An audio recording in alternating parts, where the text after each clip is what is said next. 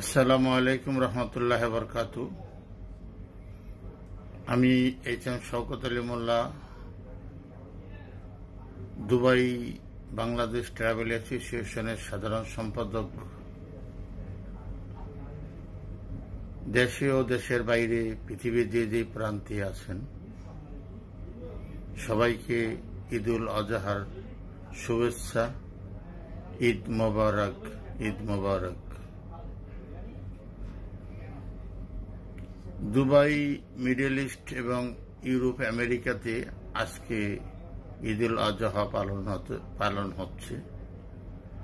আমরা ঈদের নামাজ পড়েই কিন্তু এখন এসে আপনাদের সাথে কিছু কথা বলা। যদিও আমরা প্রবাসীতে আছি, কারণ এই মিডল ইস্টে কিন্তু 90% লোকই ব্যাচেলার, শুধু 10% লোক ফ্যামিলি নিয়ে থাকে। সেই সুবাদে অনেকেরই কিন্তু অনেক এই যে ঈদ, সেটা কিন্তু অনেকেই খুব দেশের ফ্যামিলি, বাবা মা ফ্যামিলিদের মিস করে। তারপরও যারাই একত্রিত একসাথে থাকে, সবাই নামাজ পড়ে যার যার বাসায় গিয়ে বিভিন্ন খানা দানা, এবং তাদের কিন্তু একটা আফসোস থেকেই যায়, কারণ তাদের প্রিয়জন তাদের ফ্যামিলিকে মিস করে।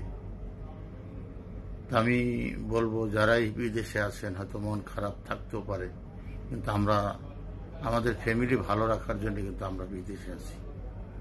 সেই সুবাদে আমি বলবো যে এই কুরবানির সময় আমাদের আশেপাশে যারাই আছে, যারাই কুরবানি দেওয়ার সমর্থ নাই, আমরা যাদের সমর্থন আছে, তারা যেন যাদের সমর্থন নেই তাদের সুখে দুঃখের ভাগ ভাগ করে যেন আমরা একত্রে ঈদুল আজহা পালন করি।